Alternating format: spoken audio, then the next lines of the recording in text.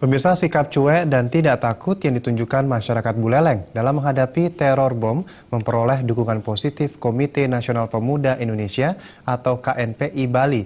Ketua KNPI Bali Nyoman Gede Anteguna berharap sikap tersebut tidak menghilangkan kewaspadaan dan mawas diri masyarakat.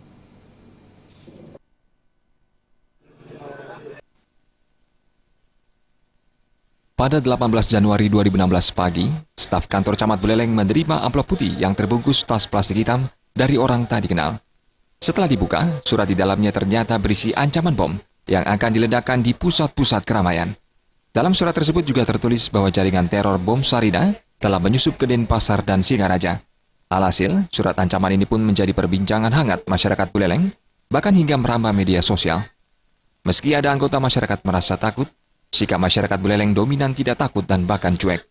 Sikap masyarakat Buleleng ini didukung Ketua KNPI Bali Nyoman Gede Anteguna. Meski demikian, Anteguna tetap berharap masyarakat tidak menghilangkan kewaspadaan, karena bisa saja hal ini menjadi pengalih perhatian.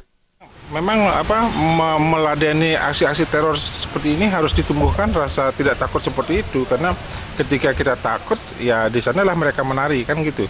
Jadi cuman rasa tidak takut ini mestinya tidak meninggalkan rasa mawas diri kita.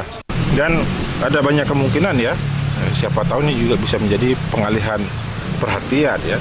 Sementara memang ini diarahkan ancaman ke Buleleng, ya di Denpasar mestinya lebih mawas diri lagi ya, karena sasaran empuk dan menjadi perhatian dunia bagaimana Bali ini secara keseluruhan harus dijaga benar agar target yang menjadi sebuah keharusan bagi mereka ini benar-benar bisa dieliminir. Seluruh komponen terkait baik aparat keamanan maupun masyarakat tidak hanya melakukan pengamanan yang hangat-hangat tai ayam. Pengamanan harus dilakukan secara konsisten dan berkesinambungan. Kelengahan akan dijadikan kesempatan bagi teroris untuk melancarkan aksinya. Jenny dan Trimaja, Bali TV.